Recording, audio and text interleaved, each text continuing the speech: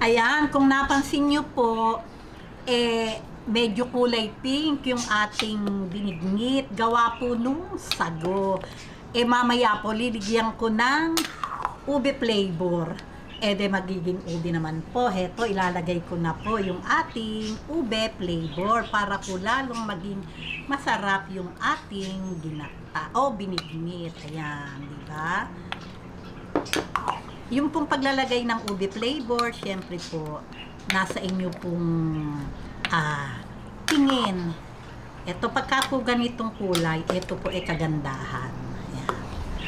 Huwag po natin titigilan ng halo para po talagang creamy-creamy yung ating binignit.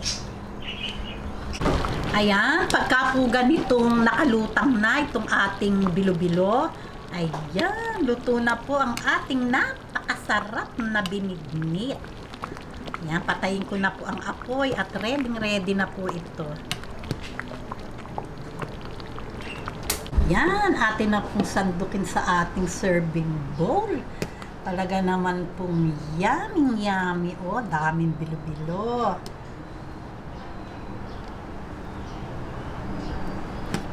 Ayan. O, paano po? Kung nagustuhan nyo ang video na to, huwag lang kalimutang mag-likes. And don't forget to share and subscribe. Bye-bye!